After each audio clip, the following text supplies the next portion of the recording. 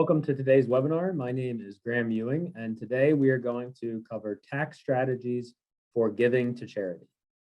The 5 strategies that we're going to cover are QCDs, bunching, donor advised fund, donating appreciated stock, and some estate planning that you can do to also help. But before we get into this, I have to make clear, giving to charity, the primary intent should be charitable intent. It should not be to save taxes. Saving taxes is nice in addition to the charitable intent, but if you don't have charitable intent in the first place, you should not give to a charity solely for the purpose of saving taxes. So the first one here, QCDs. This stands for Qualified Charitable Distributions. This is when you give money from an IRA to a charity. It goes directly from that IRA to the charity. The criteria here, at least one of them, is that you have to be 70 and a half to the day. So if we've got some astute listeners out there, you might ask, well, I thought required minimum distributions were now age 72. And you are right. When they changed that law, they did not change the age for QCDs. So anybody over 70 and a half can do QCDs. Now, let's dive into this a little bit, because someone might ask, I don't itemize, so how can I get this deduction? Let's look at a tax return here. We're getting into the weeds, but just bear with me here. So I want you to look at line 9, standard deduction. You see it says $27,000 there, right? And you see right above that, adjusted gross income, okay, $238,000. That adjusted gross income number impacts a lot of things, but you notice it's above the standard deduction, 27,000. Now, if we go all the way up to the top there, you see it says QCD, right? Well, we have IRA distributions of about $34,000, and this person happened to give a $20,000 QCD. So you see on the right, the QCD, the taxable amount, is actually only $13,000.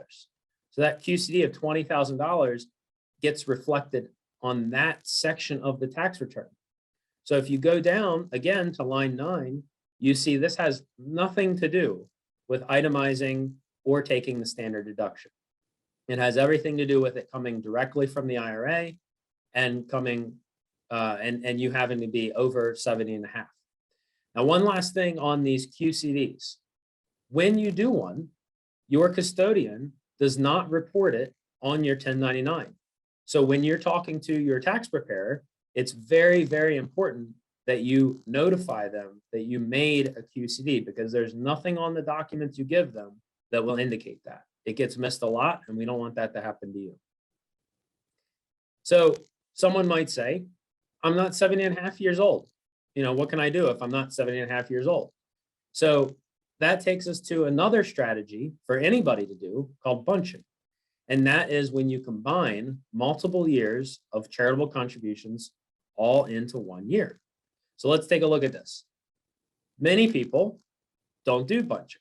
So what happens is they have an itemized deduction, which comes out to the cumulative value of your state and local income taxes, which are capped at $10,000 right now, your mortgage interest, and your charitable contributions. Well, if you notice in this example, those 3 combined for 2022 gets us to $26,000. The standard deduction for 2022 is $25,900. So you're actually not getting much of a benefit of your itemized deduction. You're only going $100 over the standard deduction. So you could have none of this, and you still would get $25,900 of a standard deduction. So one could say, in 2022, 2023, 2024, these $6,000 donations to charity, even if you itemize, they're not really providing that big of a value. So what do? We do bunching. So bunching is right here in this graphic. So on the left, this is what we just looked at. It shows that it just barely puts you over the top of the standard deduction. But on the right is where you would take multiple years and bunch them into one year. In this example, we're saying, let's take 2024 and 2023 and bunch it all into 2022. So you're doing all $18,000 of contributions in 1 year, but look what happens. You have a huge amount in that year that goes over the standard deduction. So you're benefiting greatly from that bunching contribution. In 2023, you might say, well, I'm not even getting anywhere close to 25,900 because I'm not contributing to charity in those years. That's okay, because if you're below that, you still get this standard deduction of 25,900. So you can see how putting the same amount of money towards charity, but doing it in a concentrated number of years can really make a difference in the value of those charitable contributions from a tax perspective.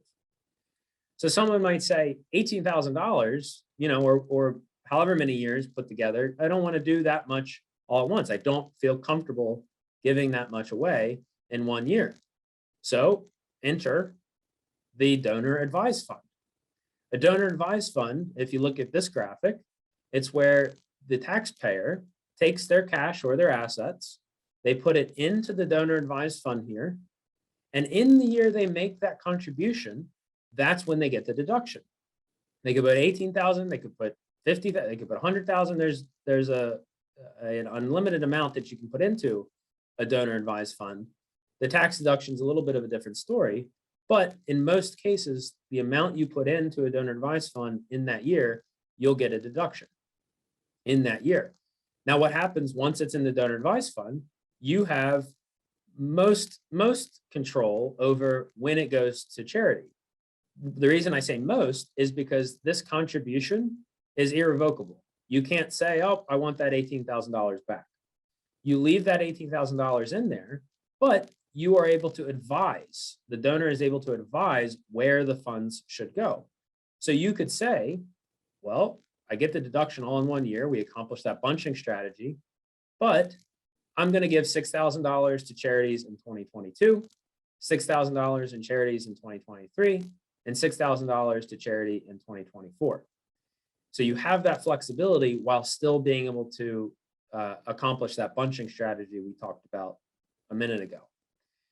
If you have enough money in your donor advised fund, and you know the donations are going to get stretched over many years, you can actually also invest the donor advised fund funds. Now, the tax deduction does not change. Once you put that money in, the initial contribution is what you get from the tax deduction, but you can stretch those dollars depending on how many years they're going to be in there by investing the account. Now, there's a huge tax benefit to this that we just covered, but there's one other huge benefit that a lot of our clients really like, and that is receipts. Everybody who has ever given to charity knows that at the end of the year, it's a bit of a pain to go and get receipts from every single charity or make sure they got the receipts sent to them.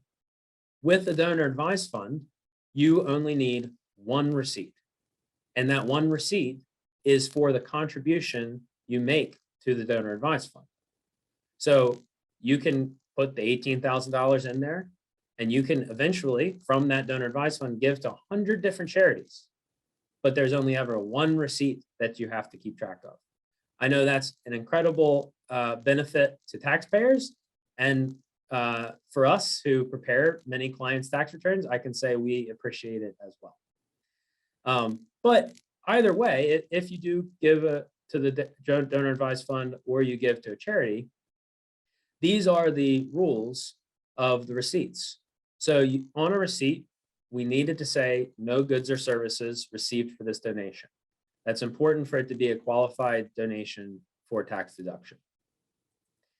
You also have to have these receipts in your file when you file your tax returns. So this is something that you can't get after you file your tax return. It's got to be April 15th if you don't do an extension. The other thing to note is that if you make a single gift of more than $250, you need to have specific acknowledgement of this gift.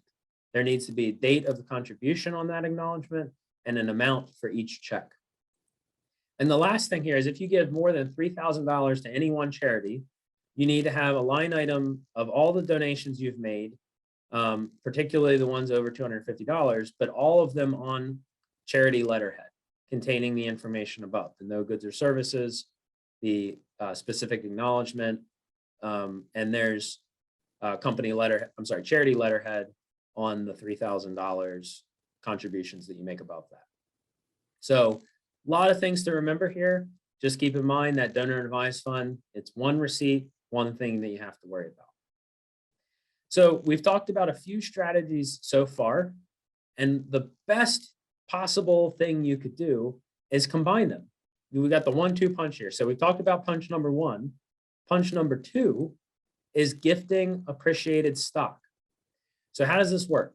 So let's say you bought Apple and you paid $10,000 for it, and it's appreciated now to $30,000.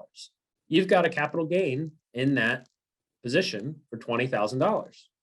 Most people are going to pay about a 15% capital gains tax on that, long-term capital gains tax, and then they're likely going to owe a Maryland or a state income tax on that as well. But if we just look at that 15%, we're talking about $3,000 of taxation. What you can do instead is the cash that you would have gifted to the charities or the cash you would have put into a donor advised fund, you can actually donate that same appreciated stock and get the same tax deduction for it, yet you've avoided this $3,000 taxation. If you really, really like the stock, you want to continue to own Apple, what you can do after you've gifted your original Apple stock to the donor advised fund or to a charity, you can actually buy it back. But you've in essence gotten rid of the gain because you're buying it for the price that it's worth today. And that means there's no more gain. You've eliminated the gain, you've got the same tax deduction. That's the 1-2 punch that we're talking about, that if you combine these strategies, it becomes very, very powerful. The last thing to note on this appreciated stock, it has to be long-term capital gains stock that you appreciate. This is really important because the deduction you get becomes completely different if you donate something that has short-term capital gain instead. Most of the time, this isn't going to be an issue because the highly appreciated securities that you own, you've likely held for a long time, but it's really important to just remember you don't want to donate short-term capital gain stock. So the last strategy here is you hate taxes so much that you not only want to reduce them while you're living, but you want to reduce them after you've passed away as well. So let's take a look at this example. So if you gave $100,000 to your children, they would get $100,000. A Roth IRA has no income tax. If you gave that same $100,000 to a charity, the charity as well would get $100,000. But what happens if we do that with the traditional IRA? If you leave it to the children, they will have to pay an income tax on that depending on their tax bracket. In this example, we're just using a flat 30% between the Fed and the state. So they're netting $70,000. They've lost $30,000 to taxes in that example. Whereas if you give that traditional IRA to charity instead, the charity does not pay income tax. They don't have to pay that $30,000. So they get the full $100,000. So in both of these examples, you get to decide. I could either keep that $30,000 and decide where I want it to go, or that $30,000 goes to the government in taxes. If you're able to give a traditional IRA, whatever amount you do to charity, that's really what you want to do. So the bottom line, leave pre-tax assets to charity if you can. There are some complications that come with that because you often have to create the beneficiary for an IRA to be the charity, and then you've got fluctuation in the account. It's just not a flat dollar amount. So there's things you need to monitor with that. But the bottom line, again, is if you can, we want to be leaving pre-tax assets to charity. It's a great strategy, again, even after you passed away, to save on taxes when you give to charity. So we've covered a lot today. Going back to these 5 strategies, we talked about QCDs, the qualified charitable distributions, where you give money directly from your IRA to charity. and you don't even have to itemize for that. We talked about the bunching, where you do the same amount of bunching, but you concentrate it all into 1 year and you get a bigger bang for your buck there. The donor advised fund really gives you that flexibility. The best thing or second best thing there is you only need to worry about the one receipt.